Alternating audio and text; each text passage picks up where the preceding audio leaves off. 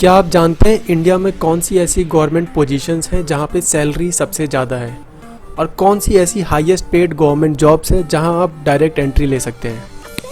India में सबसे ज़्यादा सैलरी जिसे मिलती है वो है प्रेसिडेंट ऑफ इंडिया।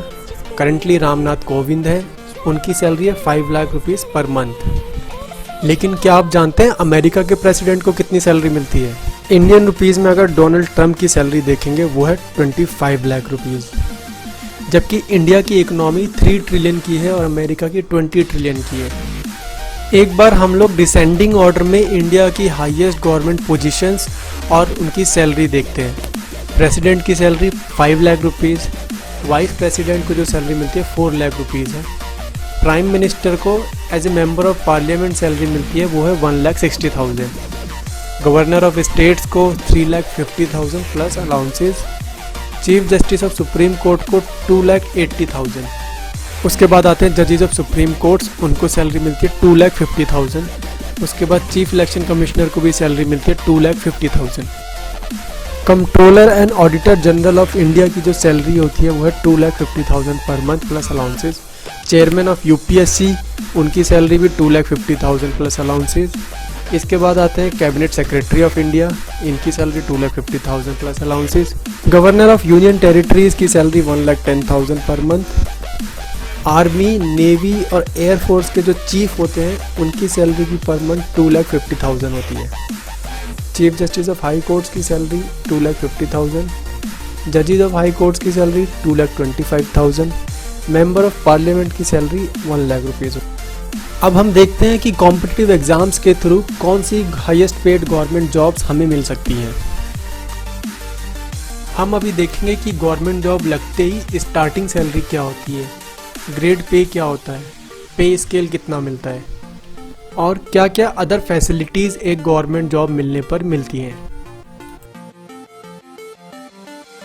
इंडिया की पब्लिक सेक्टर यूनिट्स जिन्हें महारत्न और नवरत्न भी कहते हैं, जैसे PGCIL, NTPC और ONGC, यहाँ पर एंट्री लेवल जो सैलरी होती है एग्जीक्यूटिव ट्रेनिंग की वो 1,20,000 से लेके 1,30,000 तक है।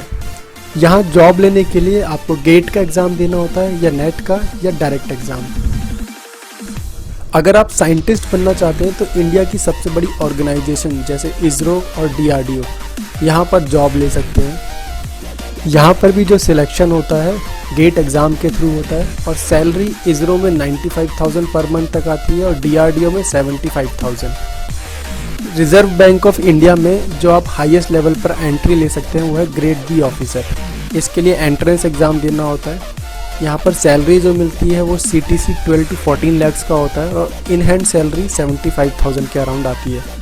सैलरी के अलावा भी काफ़ी सारे बेनिफिट्स इस जॉब में मिलती हैं, जैसे एक पॉश कॉलोनी में 3 BHK फ्लैट, 150 लीटर पेट्रोल हर महीने, बच्चों की पढ़ाई के लिए अलाउंस, कहीं भी आपको आना जाना हो तो ट्रैवल अलाउंस और कहीं भी आपको घूमने जाना हो तो 2 साल में एक बार 1 लाख रुपये टूर अलाउंस मिलता है। यही सेम बेनिफिट्स आपको मिलते हैं अगर आप security exchange board of India में ग्रेड A ऑफिसर लगते हो तो। आपकी इन हैंड सैलरी जो यहाँ पर आ जाती है वो है 1,07,000 रुपये विदाउट एकोमोडेशन और 73,000 रुपये विद एकोमोडेशन।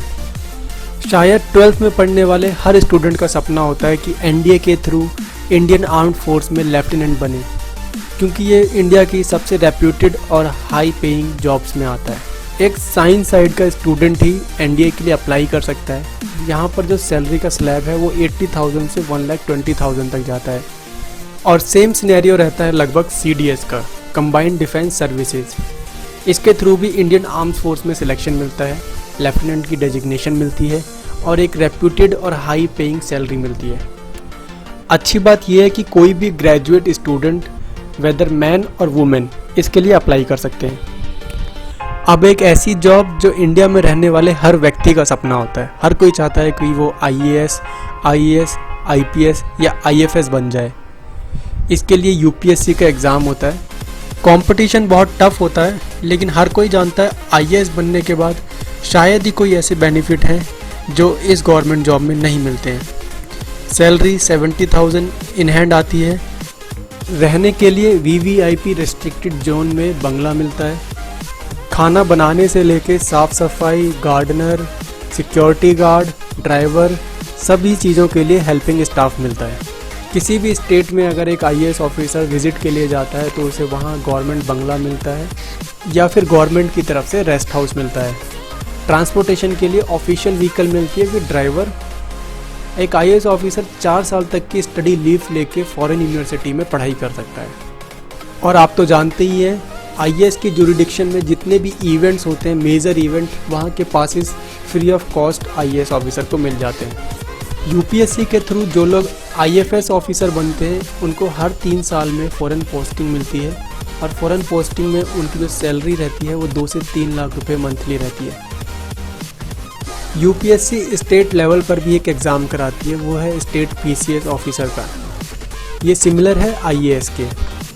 इसके थ्रू भी जो सैलरी मिलती है 60,000 से 70,000 मिलती है। जो बेनिफिट्स एक IAS ऑफिसर को मिलते हैं ऑलमोस्ट वही सभी बेनिफिट्स एक स्टेट PCS ऑफिसर को मिलते हैं। इसमें एक सबसे बड़ा बेनिफिट ये है कि PCS ऑफिसर की पोस्टिंग हमेशा स्टेट में ही रहती है। SSC CGL के थ्रू वैसे तो बहुत सारी पोस्ट पर हायरिंग होती है, बहुत सारी गवर्नमेंट जॉब्स निकलती हैं, लेकिन जो highest paying government job SSC CGL के थ्रू मिलती है वो है असिस्टेंट ऑडिट ऑफिसर की। This is the only gazetted officer post through CGL। पे स्केल 8 है, ग्रेड पे 4800, बेसिक पे 47,600। So overall in hand salary जो आती है वो है 55,000 से 65,000 depending upon the city.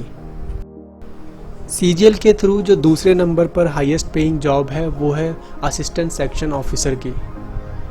Salary यहाँ पे ऑलमोस्ट 60,000 के अराउंड होती है और वो लोग जो मिनिस्ट्री ऑफ एक्सटर्नल अफेयर्स में वर्क करते हैं और फॉरेन पोस्टिंग मिलती है तो उनकी सैलरी 2 से 3 लाख रुपए मंथली हो जाती है। ये थी इंडिया की कुछ top 10 highest paying government jobs. For informative videos like this channel को लाइक करें एंड सब्सक्राइब करें।